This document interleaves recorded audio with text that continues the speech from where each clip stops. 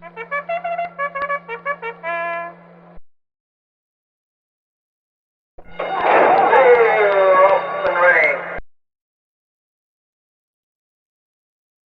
and welcome back to Billy Ho Sports.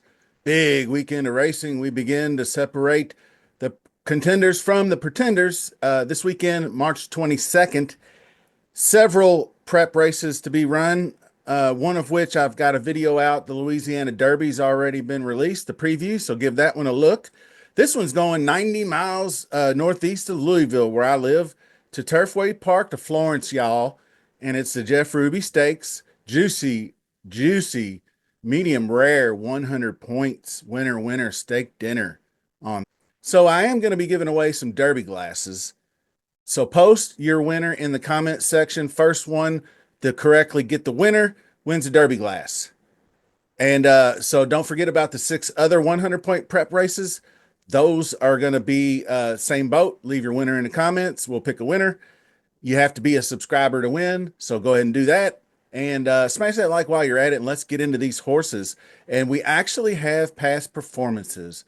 So let's jump into it and look at the PPs and race replays. Okay, you can pretty much predict the top 3 horses right here are going to be your favorites probably. But this race does look a bit chalky. I can't really find anybody other than the top selections so far that I like more or that I like to take a chance on. I'll have to do some deeper diving later in the week, but Calling Card is not one of them. Not much interest. New York bred.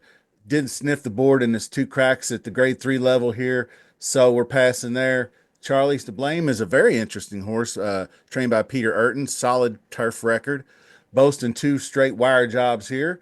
And the Kitten's Joy was a good effort, got out front, showed a lot of reasonable fractions and a lot of horse down the stretch too. So by Blame, he's got stamina to go with that speed. So this would be one that I'll show some interest in. I don't know where his odds will land, but a 5th choice in prime power. California Burrito is obviously going to take some action because he won the preview or prep to this race, the John Pataglia Memorial at 1.16 miles at Turfway last month. And he went wire to wire as well, fought off Baby Max and Maximum Promise. You could see that tenaciously to the wire. So really good. My only concern with him is Sire is Army Mule, and the Sire average win distance 6.5. It's a little on the short side for 9, but I think maybe the Damn Sire side looks pretty solid. Hard spun 7.4, so he could get there. I still waffle on that, but the 92 here was a really big effort. So California Burrito is one of the ones I'll have interest in. Final Gambit is another new shooter for Brad Cox. Not this time colt, owned by Judamont. Looks sharp in his maiden win, going 8 furlongs at Turfway last month. He creeping through the fog, came closer and came from way back with a furious close. And it's really funny if you watch the race replay because he's the gray coming wide way down the stretch, and he looks like he's doing a vaudeville type dance off the stage where he's kind of doing twirling the hat and tipping the cap to the crowd as he dances off the stage. But cute looking effort there. Final Gambit. I mean, you got the connections, you got the pedigree. Not this time. So this one is going to be an interesting one. I'll have to look into a little more too. Flying Mohawks, not too awful bad either. Whit Bettman. This one's moving over from the turf. Good recent form. Back-to-back wins at 8.5 right here. And but a little bit over gonna be overcoming some definite negatives here. So probably gonna be fall a little short on my ticket for this race, but this one won't. This one's gonna be included. Baby Max is trained by Kelsey Danner, and Abel Cedillo will ride.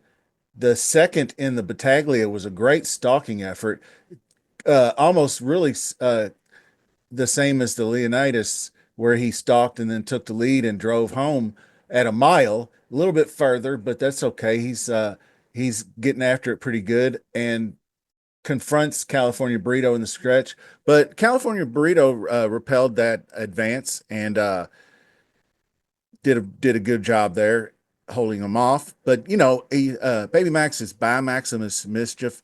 He's got some lemon drop kid on the dam side. He vanned over to Turfway. He won that Leonidas. Great trip from Abel Cedillo. So definite threat in this race. Got the right kind of early pressing style that will be okay. He's going to have to sit off the lead though. He doesn't want to be out front early on. And then that brings us to Giacoso. Didn't take well to the fairgrounds dirt. I mean, coming off the layoff to go straight to the Risen Star, I don't know if that was the best plan of action, but he was keen early on, which means he was burning up too much energy right in this early stages, first call, second call. And by the time they hit the three-quarter pole, he was out of gas. Jamie Torres, I don't much care for. I don't see how second off the layoff's going to do any good for this one. Pass. Innovator is one that is Dwayne Lucas. And as you saw last Saturday, Dwayne Lucas tends to like to surprise us in these stakes races where he got American Promise over the line at Colonial Downs. This one's sired by Authentic, front runner with speed. If he got out to a comfortable pace, he could probably go the distance. This Rebel was just nothing. He was out way too fast. That was that magnitude race where, or no, I'm sorry, this was the Matticat Road. He was up with Matticat Road, and Matticat Road just set some blistering early fractions 22:45, plus 16 first call, and even fast coming home plus seven is a little bit on the fast side. So he was just cooked. And I think with more of an honest pace, even these are just barely pluses. This is about what you want. And you can see how long he lasts there. Now, I know it's lesser company, but he almost took it to the house in the grade three Lecomte. If built in disco time, two very good horses had to run him down in the late in the stretch. So I think with more of an honest pace here, he's got a shot to get out to the front and maybe hold on, at least to complete the exacta or try. Now that brings us to probably our likely favorite Poster. Uh, he's just a very good horse, trained by Owen Hardy. Began his career with the Turf Winds, then he goes to the Remsen and does the turf to dirt thing. And the Owen Hardy pulled the old double play as he had two different horses win Derby preps in the fall, coming off the turf and getting it done. So the other one, I believe, First Resort won at Churchill Downs. So this one is going to be hard to handle. And he came off of that to go south to Tampa and run in the Sam F. Davis and only be defeated by John Hancock and Owen Almighty, which obviously Owen Almighty bounced off of that to win the Tampa Derby going away. And John Hancock is set to run in the Louisiana Derby this weekend. So the third place finish, very respectable. So he's probably first in prime power for a reason because he's probably on paper the best horse in this race. Maximum Promise did run that third in the Battaglia, but I don't think I'm going to have that much interest. Last year's Derby winner Kenny McPeak switches to Frankie Dettori for this one. Uh, is by maximum security. Won by 14 lengths last August, but hasn't really found that form since. So I'll probably take a pass here. Passing on the rest of these. Curvino, he's not joking. Honestly, if I find anything on these, I'll report back because I'm going to have some sort of a best bets type show at the end. And also, there is one also eligible is Candytown, so good chance to get in by Town. I'm not really sure about this one. A couple second place finishes, the first on the dirt, turf, and then dirt. So beaten by weaker, probably not for me, but one to look at anyway. So that's going to cover us. My early lean, I there's 12 horses in the field, but I think you can eliminate five of them right off the bat. Pace is going to matter a lot. The trend in this race, actually, the past 4 or 5 years, it's pressers, stalkers, closer types. So, like Poster, if he can run that race, similar Remsen game plan, he's going to be right in position to win. Then you have Baby Max, which is similar, but a little bit closer, more of a presser. Might get a pocket trip for him. So he's going to be there too, I think. And then California Burrito, if I decide that maybe his pedigree isn't such a distance challenged type for me, then I will look at him as well. Charles to blame.